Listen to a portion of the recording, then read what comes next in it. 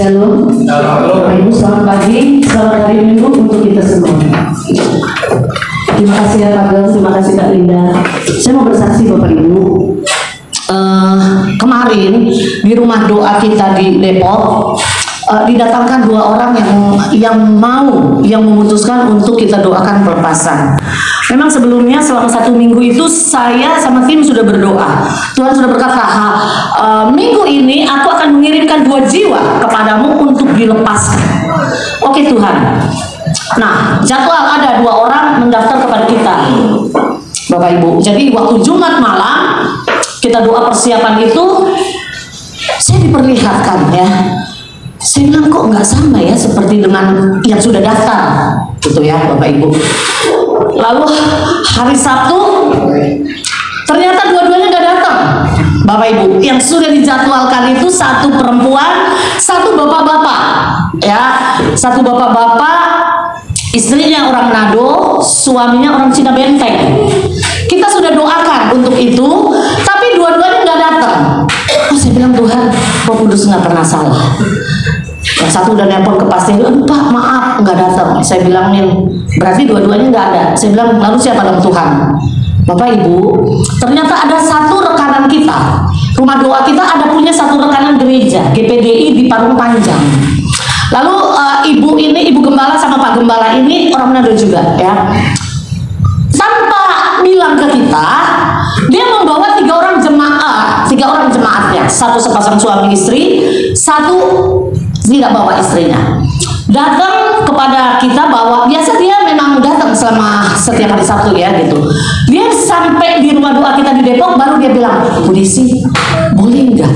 Soalnya tiba-tiba ini si bapak 1 ini sama bapak yang 1 datang ke kita, minta untuk diajak ke rumah doa kita karena mereka udah tahu, jemaat ini udah tahu kalau hari Sabtu Pak Gembala ini sama Ibu Gembala ke rumah doa kita di Depok. Jadi maaf nih Bu Desi, jadi saya bawa gitu.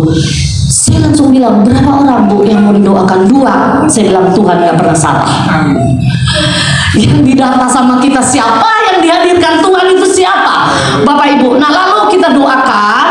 Yang 1 seorang bapak berasal dari daerah NTT, Alor, tapi ternyata dia masih menjadi bagian dari sebuah suku yang primitif di daerah sana, di daerah Alor, ya Bapak Ibu.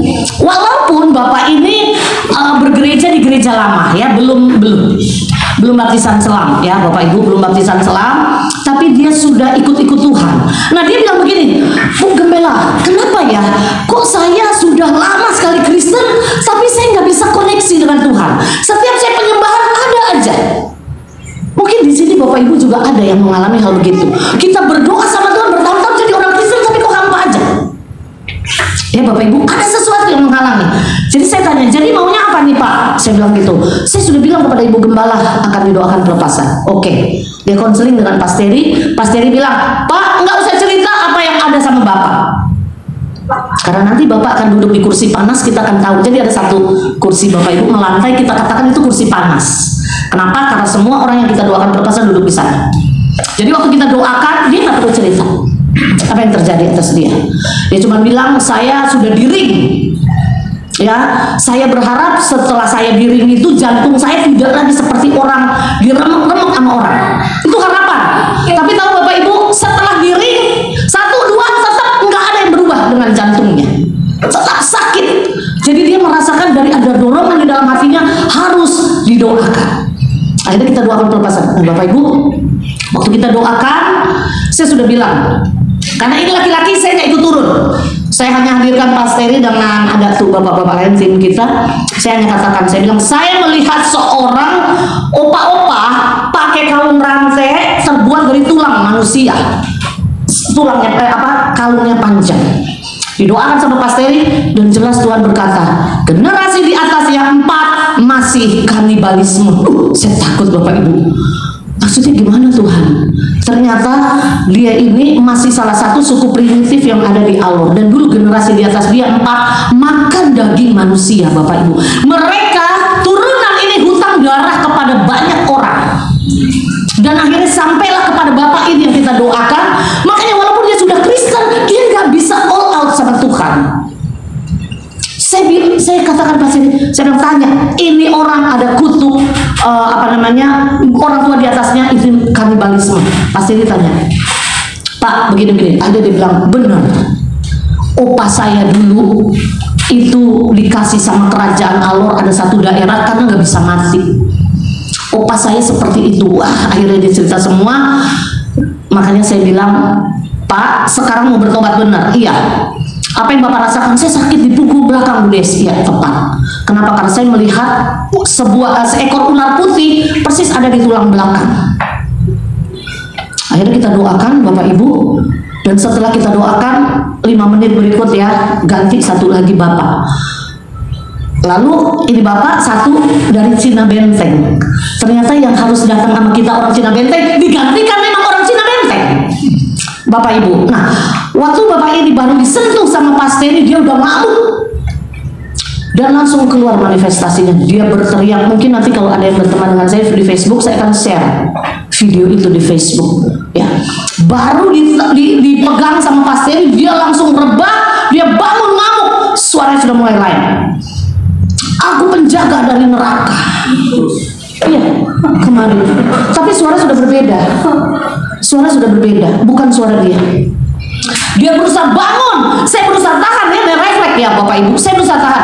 Pastor ini bilang lepas, lepas semua. Akhirnya dilepas Bapak Ibu. Orang ini biar ngamuk udah nggak bisa. Seperti ada yang megangin. Dan dia berteriak-teriak memaki, dia berteriak-teriak, dia menuding semua orang yang ada di situ. Dia bilang, saya utusan dari Mr. L. Kata suami saya nggak pusing kamu siapapun. Yang penting dalam nama Tuhan Yesus kamu harus tunduk. Amin. Kamu mau bilang Mr. L, kamu mau bilang penjaga neraka, siapapun kamu di tempat ini, kamu harus tunduk dalam nama Yesus. Dia nggak bisa ngomong lagi Bapak Ibu. Dipegang sama Pastor ini, dimulai dari perutnya, dia berteriak-teriak, dia berteriak-teriak.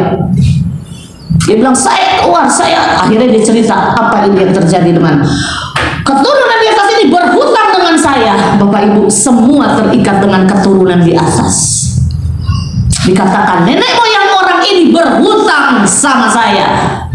Jadi generasi di bawahnya harus membayar. Tahu Bapak Ibu, ini Bapak ini yang kita doakan kemarin, anaknya gila. Tapi bekerja, gilanya cuma apa? Malam. Jadi dia pergi kerja pagi seperti orang biasa, malam sampai di rumah sudah mulai jam 8 dia buka baju sendiri, bugil. Umur 25 tahun. Tidak bisa dilepaskan anak ini karena kutuk dia masih ada di bapaknya. Jadi bapaknya dulu yang harus kita lepaskan, Bapak Ibu. Dia bilang, Bu Desi, bagaimana ini bisa nggak pelepasan? Kata gembala, saya bilang bisa. Asal orang ini mau tunduk sama Tuhan. Perkara mau Lucifer, mau siapapun, selama itu masih roh, dia harus tunduk sama nama Yesus. Yang nggak bisa kalau orang ini udah jadi karakter. Amin Bapak Ibu. Karakter nggak bisa ditengking. Karakter itu apa? Tabiat. Karakter itu apa? Sikap. Nggak bisa ditengking. Dia harus diubahkan membaca firman Tuhan sesuai dengan karakter Kristus. Amin. Jadi kalau orang merasa dirinya benar, orang sombong, ini nggak bisa ditengking. Dia harus diubahkan oleh firman Tuhan. Hanya roh yang bisa ditengking. Nah akhirnya Bapak Ibu, kita doakanlah dia. Dia sempat bilang begini, saya akan keluar, saya akan pindah ke Ruben. Bapak yang tadi kita lepas, sorry saya jadi keterpasan ngomong namanya nih. Yang tadi Bapak yang dari Alor ini namanya itu. Jadi dia mengancam, saya akan keluar dari ini, saya akan pindah ke sebelah. Jadi Ibu Gembala dan satu staf saya langsung cover ini Pak, Bapak yang tadi kita doakan. Kita langsung cover. Dia minta tepat, saya minta di sini. Pastor bilang, tidak, engkau harus kembali ke jurang maut di mana tempatmu. Kita nggak bisa ikutin mau dia. Bukan kamu yang di sini memerintah, tapi Yesus yang memerintah. Kembali ke jurang maut di mana tempatmu berasal. Akhirnya Bapak Ibu waktu dia keluar, dia berteriak-teriak, berkejang-kejang orang itu. Nah setelah kita biarkan, kita kasih minum beberapa jam, setengah jam kemudian, si Pak Ruben yang pertama bilang, si Pastor ini tulang saya sudah enak di belakang dan jantung saya sudah tidak sakit lagi. Bapak Ibu, betapa dosa mengikat kita semua. Even pun dosa itu bukan kita yang lakukan, dosa itu dilakukan generasi di atas kita. Tapi karena tidak ada dari kita pemutusan, maka itu mengikat diri kita.